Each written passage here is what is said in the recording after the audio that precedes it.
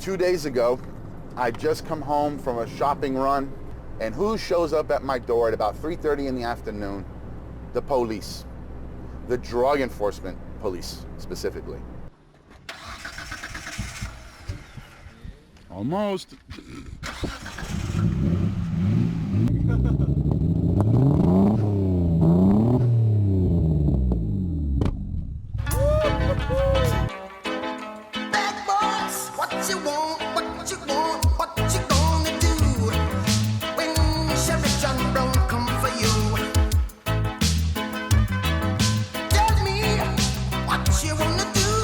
You gonna do?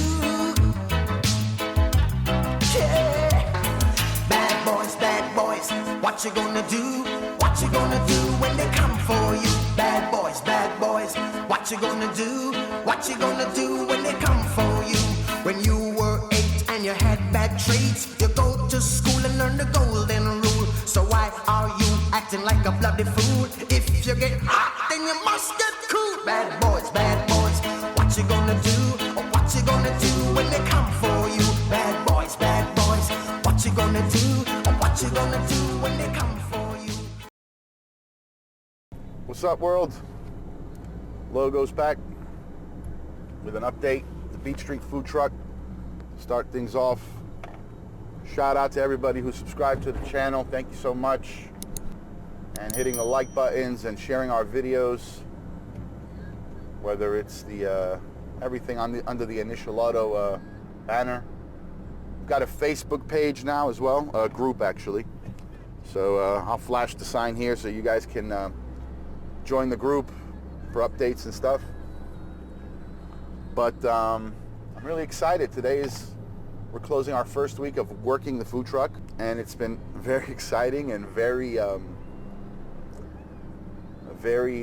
interesting, and I believe I've received the greatest compliment that anybody could receive who's in any kind of business with competition. But I'll get to that in a minute. The Beach Street food truck. We opened up on last Friday. Night, disaster. First night to be expected. And then we continued into Saturday, where it was a whole different ballgame. We did very well, my wife and myself, even our little daughter trying to help. We just cranked out the orders, delivery, we figured out the momentum of the business. And a week later, at least at the pace we're working, which we're very happy with, we're doing very, very well. I mean, financially, it's what I wanted right there. It's so that's the thing. It's paying for itself, and it's making a little bit of profit. Everything in the food truck just keeps getting better and better and better. Our prep kitchen, which is our house right now, everything is up to date. The prep is always on time. We've pretty much mastered the recipes for the sauces and everything, so that it's working like clockwork. And we actually sought out some advice from people in the food industry to how to even make it more efficient, more better, how to save money. And that's something that you should do if you're thinking of opening up a food truck. Talk to somebody in the business. I've mentioned the subreddit before that I'm a part of, the food truck subreddit, and it's great, but it's also on an international scale, so it doesn't really help me locally what to expect from local authorities, the local laws. And I imagine if you're opening up a food truck on a shoestring budget, you don't have the extra money to go to pay lawyer fees to get advice. So talk to somebody in the business. Talk to your health departments, what they want, what they're asking, and try to be better than the minimum requirements. That's what I got. Big shout out to Billy Haramani's MC, master cook, knows his craft in the kitchen. Great. He gave me some great advice, and he's been a dear friend. He was best man at my wedding. Also a great rap group from the 90s out in Greece, and some of their songs feature on our videos. All the guys out there are fantastic, but especially Billy. We've been so close for almost over 15 years now. We've been best friends, and but he truly is a master at his craft when it comes to the food and beverage industry. And he explained to me, he goes, hey, you're going to get checked at any point. It doesn't matter from who. It's better to have higher standards than the minimum requirements for what they're asking from you. That way, they're never going to come bother you again. You know, if they come the first day and they see everything is up to date and your refrigerator temperatures, or you're recording them, even though you're not entitled to, you don't actually have to record them. You should, but you don't have to. Because at the end of the day, God forbid something happens and they blame you, you'll have a record and you'll be off the hook. You know, there's not going to be any debate, especially when it comes to handling food. And we also talk about some other stuff, you know, prepping properly and efficiently, how to deal with oils if you're frying efficiently. Oil is probably one of my biggest expense. The price is going up. I heard it might go down in September, but we'll see. So try to keep tabs on the commodities market. Be in charge of your finances, man. Care about your finances, because if you don't, other people will. See what's happening in the world with that whole Egyptian blockage thing going that happened in Cairo, Egypt, and certain other factors raises the price of commodities. So you could save a buttload of money by putting down a little bit of money up front before prices go up, and by the time prices go back down again, it'll help even out your costs so that you're not working, you know, for inflation. You're not still trying to get in front of the inflation curve. You'll stay ahead of it.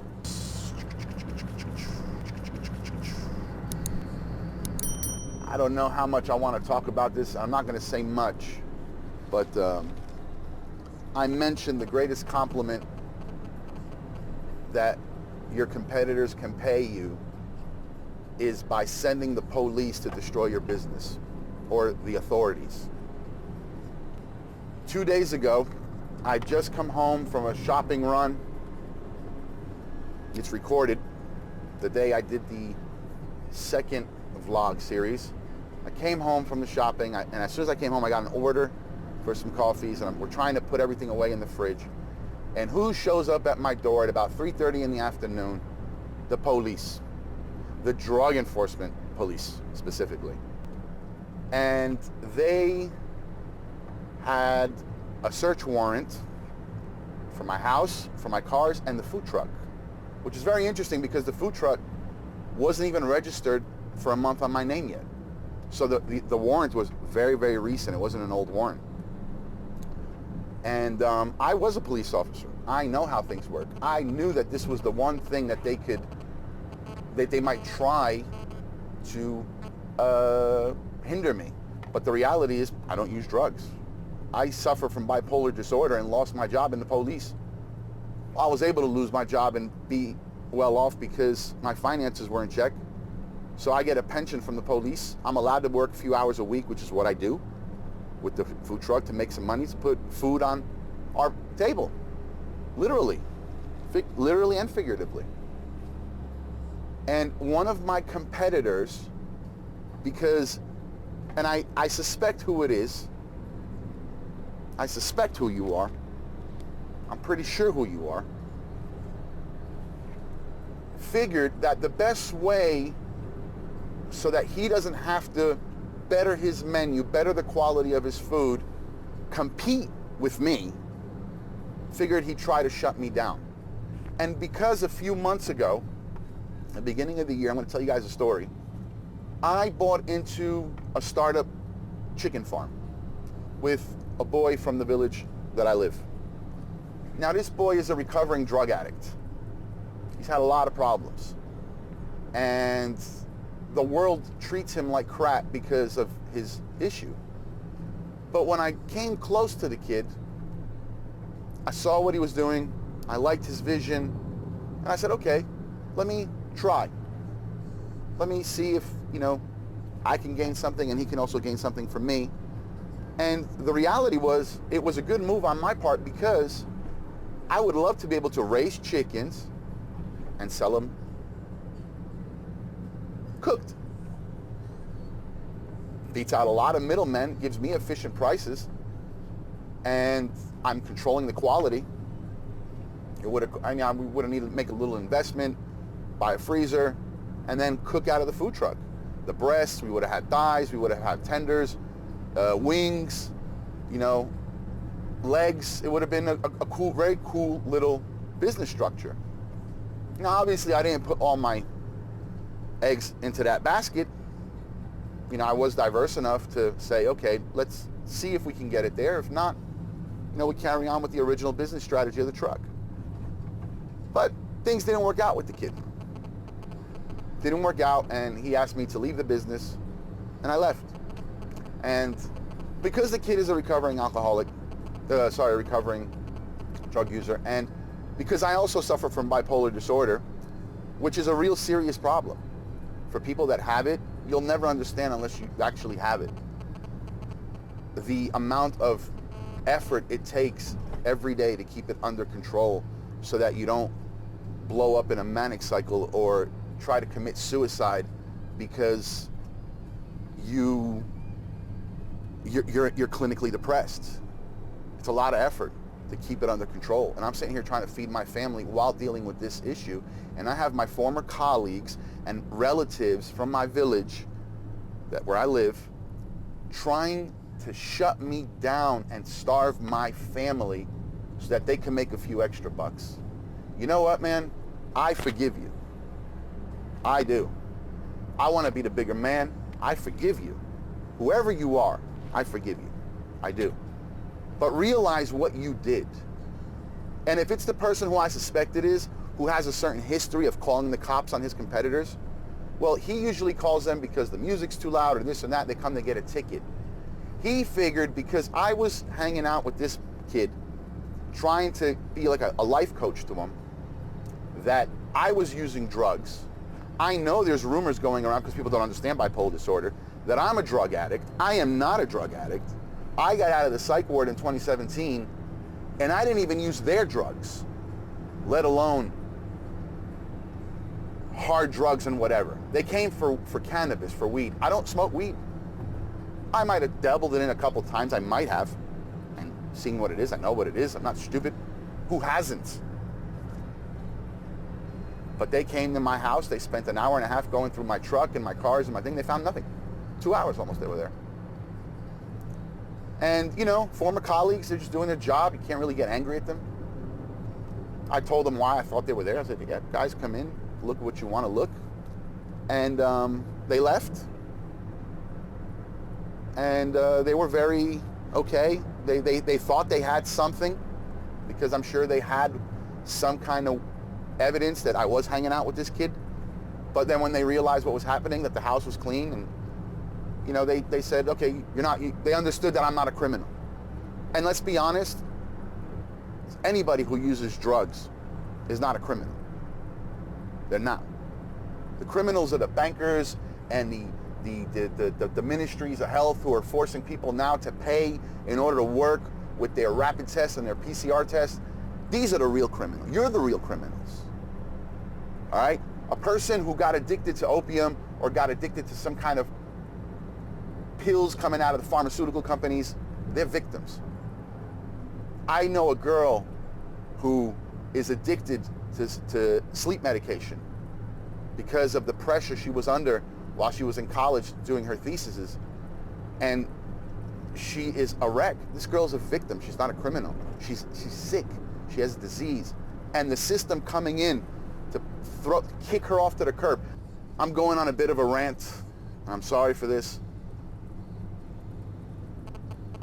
but honestly, it doesn't bother me that they came. Like I said, it's the greatest compliment they could have paid me, because it just shows that I'm affecting their business. I'm calling everybody now, or certain people, to a higher standard in this industry with the quality of our food. And by the way, things are gonna eventually smooth out, because we're still a startup. I'm giving all my recipes away for free. I'm gonna be on YouTube, and we're gonna have it on YouTube, and we're gonna be showing you how to cook our recipes. We're gonna be showing you how to make our sauces. So don't worry.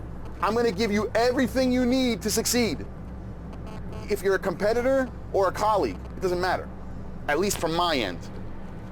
I'll show you how to make my fried chicken. I'll show you how to make my rosto. I'll show you how to make my sauces. Not rocket science. So you could, instead of trying to starve my family, you guys could take it and do something better with it and force me to up my game as well. This is real competition. Y'all should be ashamed of yourselves. Whoever you are, you should be ashamed. It's one thing if I'm illegal, if I do something wrong and I got to pay a fine. It's another thing to send the cops to somebody's house to starve a family, to destroy a family. Shame on you. I forgive you, but shame on you. Y'all should really repent. You should go to your church, whatever thing. And this isn't just local. I know this is everywhere. This is I have a great friend out in New York City. I'm not going to mention his name, who has a really successful food truck business. Shout out to him. And he's a second generation food truck owner. These guys are legit. They sell ice cream and they have a bunch of trucks, and we talk, and he gave me so much advice. And he was telling me about the way his competitors are dealing with him. And it's the exact same thing. They'll call the cops on some bullshit technicality just so that they can cause him so much grief and so much problems to try to shut him down. But they've been in the game so long, they've got their lawyers, they know what they need to do, they know how to avoid the problems, and he's surviving. Every day is his hustle. He gets out there and he hustles. Shout out to you, brother. You know who you are. God bless. So it's not a local thing. It's everywhere. It's the way that people think, Instead of people looking to increase the quality of their game, they're trying to bring the people around them down so that they can feel better about themselves. There's not even a real reason for it. They're just trying to do it so that they can feel better about themselves by bringing their company and say, look at so-and-so. He fucked up. Ha, ha, ha, ha, ha. That's not funny. It's not. It's not. Shame. Shame. Stop bringing shame to yourself. Stop bringing shame to your families. Shame. Shame on you. Shame on you. And I'll tell you something else. I don't really think that the person who did what they did, I don't think they thought it through. Like what was going to be the domino effect if, God forbid, something like that happens. You know what I mean? This vlog has been a bit off the rails. I hope you found it entertaining and informative. Infotainment. I'm trying to think. So that's the Beach Street Food Truck vlog. Our YouTube channel, Initial Auto. Please like and subscribe. It helps us out a lot. Share your video with friends if you think it'll help them or if they'll enjoy the content. We got our Initial Auto Facebook group now where we're trying to keep everybody there. We're making announcements, and there's a lot of cool things in the works once everything gets smoothed out with the Beach Street, with the cars and everything, and we'll be doing some more, like I said, recipes, and we'll have features and guests. We're already working on it. September's around the corner. When you live in places like Cyprus that relies heavily on the tourism